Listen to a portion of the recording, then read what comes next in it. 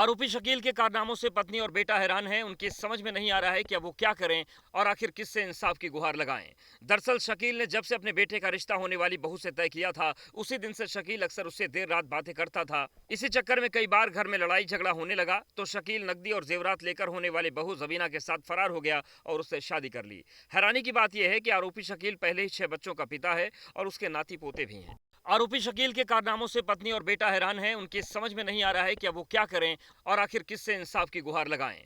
दरअसल शकील ने जब से अपने बेटे का रिश्ता होने वाली बहू से तय किया था, उसी दिन से शकील अक्सर उससे देर रात बातें करता था। इसी चक्कर में कई बार घर में लड़ाई झगड़ा होने लगा तो शकील नकदी और जेवरात लेकर होने वाली बहू जबीना के साथ फरार हो गया और उससे शादी कर ली। हैरानी की बात यह है कि आरोपी शकील पहले ही 6 बच्चों का पिता है और उसके नाती पोते भी हैं। आरोपी शकील के कारनामों से पत्नी और बेटा हैरान हैं। उनकी समझ में नहीं आ रहा है कि अब वो क्या करें और आखिर किससे इंसाफ की गुहार लगाएं।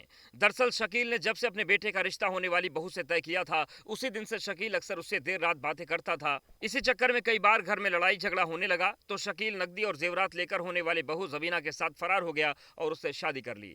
हैरानी की बात यह है कि आरोपी शकील पहले ही 6 बच्चों का पिता है और उसके नाती पोते भी हैं। आरोपी शकील के कारनामों से पत्नी और बेटा हैरान हैं। उनकी समझ में नहीं आ रहा है कि अब वो क्या करें और आखिर किससे इंसाफ की गुहार लगाएं।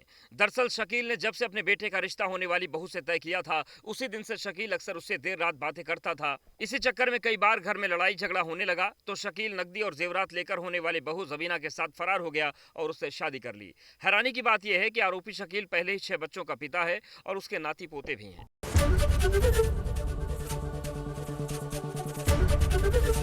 एबीपी गंगा, खबर आपकी, जुबान आपकी।